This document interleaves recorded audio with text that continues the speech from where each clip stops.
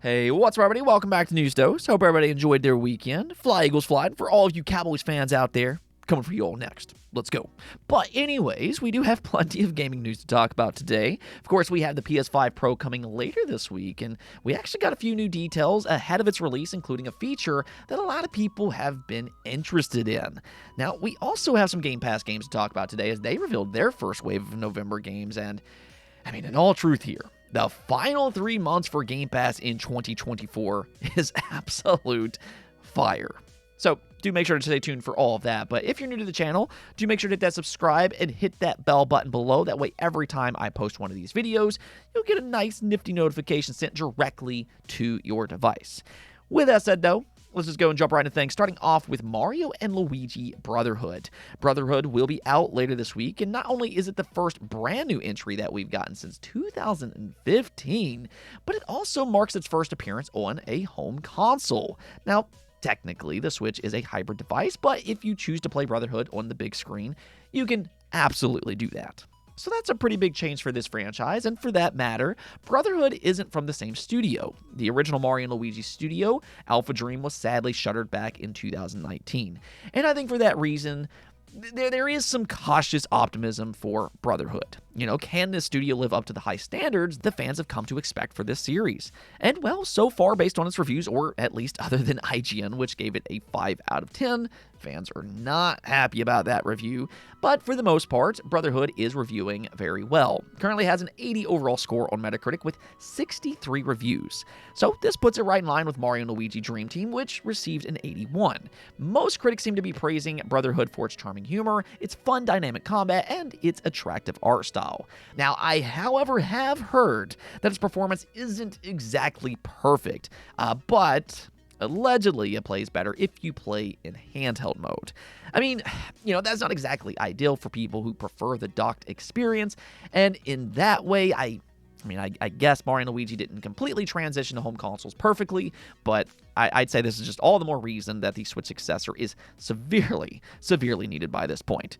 Zelda Echoes of Wisdom also struggled with this performance, and yeah, it's time, Nintendo. We need to move on. Let's hope that Switch successor announcement comes sooner rather than later.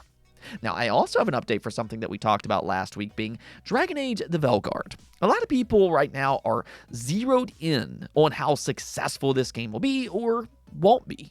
There's a lot of eyes on this game, to say the least, and in some ways, for all of the wrong reasons. But last week, I told you all that I thought a lot of people were making quick assumptions based on very little information.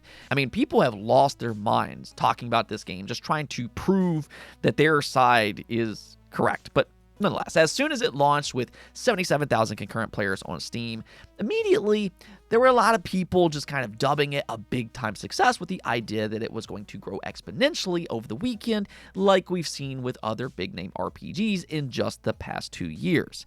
And apparently, over the weekend, it didn't reach the peak high that a lot of people were expecting. It never reached 100,000 players, but instead, it ended up peaking at 89,000 players. And if you look at other RPGs this past 2 years, Starfield, that ended up reaching 330,000 despite it being on Game Pass as well. Then there's Dragon's Dogma 2, which I think is a good comparison for something like Dragon Age, and it ended up with 228,000. And that was with major technical issues.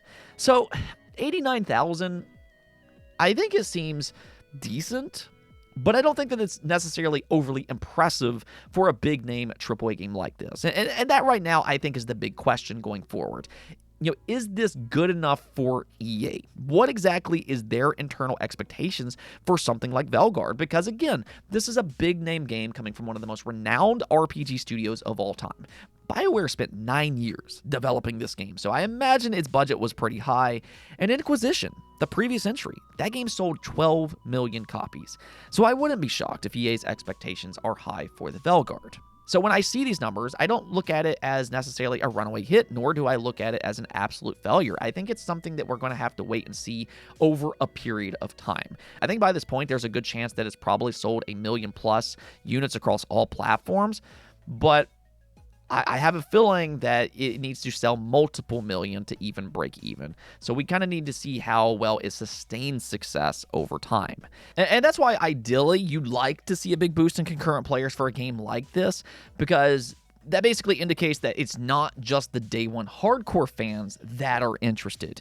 So I think there's still a lot of questions that lacks context, which is why even after its first weekend, I think we'll need to wait a few months to see how this game is truly doing in terms of EA's expectations. Now, we also got an update for Pokemon TCG Pocket. I've actually been playing this game quite a bit this past week. I think it's a lot of fun, and apparently, it's already getting off to a pretty good start. I mean, it's Pokemon after all, but reportedly it made $12 million in just its first 4 days, which apparently is more revenue than Pokemon Go is currently making per day, which is right around $1 million. I mean, the Pokemon company just kind of knows how to print money. And the thing about TCG Pocket is that a lot of people are currently taking advantage of its 2-week free trial.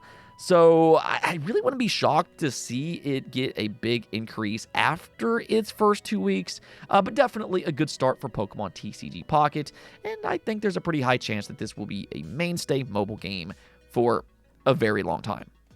All right, so let's go and touch up on some Game Pass news. They just announced their next wave of games, which includes a surprise day one release, and a very welcome one at that, in my opinion. As you can see here, the first wave for November includes Metal Slug Tactics, Goat Simulator Remastered, Flight Simulator 2024, Go Mecha Ball, The Rewinder, Turnip Boy, and then Harold Halibut. And right away, I do think it's important to understand that they do have different games for different tiers now, and that's why you might see a few games that were already available in Game Pass Ultimate. A few of these games are now coming over to Game Pass Standard. But the two big highlights here are Metal Slug Tactics and Flight Sim 2024. Now, Metal Slug Tactics looks like a pretty interesting spin-off to the popular Metal Slug series. These are typically run-and-gun shooters, but it's tactics adaptation. I think at the very least seems like a good idea on paper. I mean, I like the art style and the idea that you can assemble your own squad with its iconic characters. It seems like there's some potential for a game like this.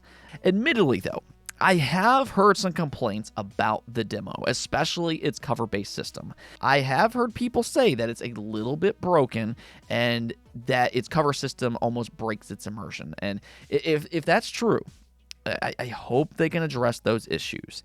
If you want to try this game out, though, with no risk at all, that's the beauty of Game Pass. It will be available tomorrow on November 4th for both console and for PC.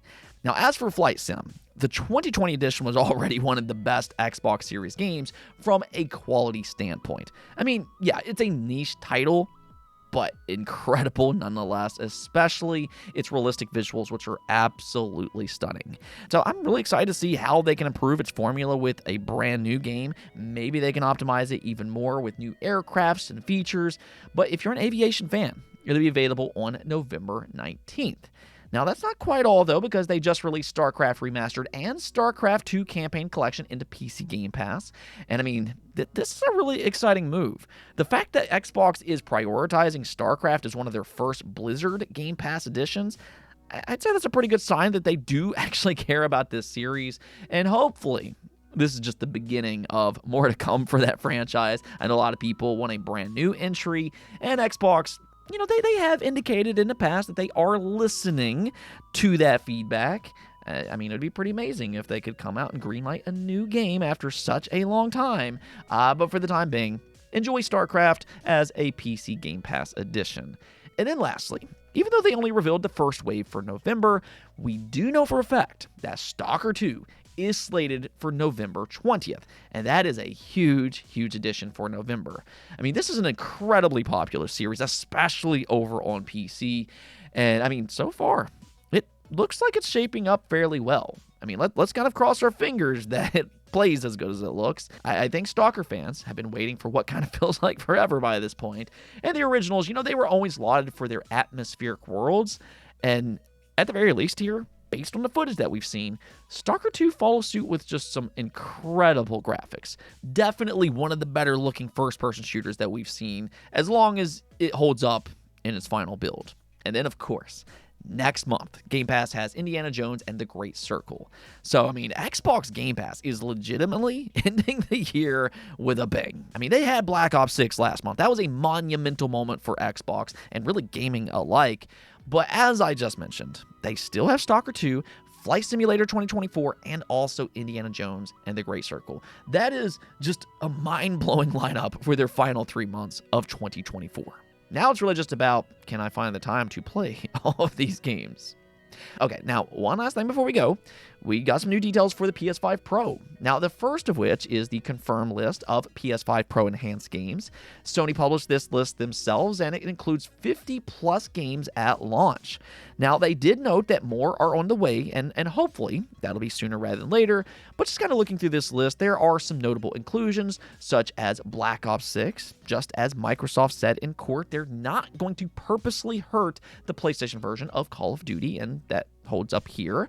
Then there's also Final Fantasy VII Rebirth, Dragon's Dogma 2, and Baldur's Gate 3. All of these games are notable because they do have some technical issues on the base PlayStation 5. So hopefully these enhancements can kind of address some of those issues. But that is something that I noticed about this list. There are still some games that I want to see in the future, like Reef Fantasio, Silent Hill 2, Space Marine 2, and Wukong. These are some other games that could really benefit from some PS5 Pro enhancements, but even still, I'm at least hoping that the PS5 Pro can maybe brute force some better and more consistent frame rates for some of these titles. Now, as for its new feature, though, images of its PS4 boost mode has started to emerge online. Now, you can toggle this option on or off. They do warn you that it could potentially have problems with specific titles, so you might want to turn it off for certain games if you run into any kind of issue, but supposedly it will improve image quality for some PS4 games. So for people who were lucky enough to get the PS5 Pro early, they've already started to test that feature out, and they've been busy posting some comparisons online over the weekend. You can see this picture of Bloodborne here, and I mean, there is a difference, albeit it is minor. Just based on this image, though, the PS5 Pro version is more clear. You can see the texture in the buildings a little bit more vividly, and even the bricks in the background do have more definition to them. I mean, it's not a groundbreaking difference or anything like that, but it is still a minor improvement, which is, it's better than nothing. And who knows, once you have it on your own TV, it might look even better than that. But even still here, this doesn't fix Bloodborne's real problem, and that's its locked 30 FPS frame rate.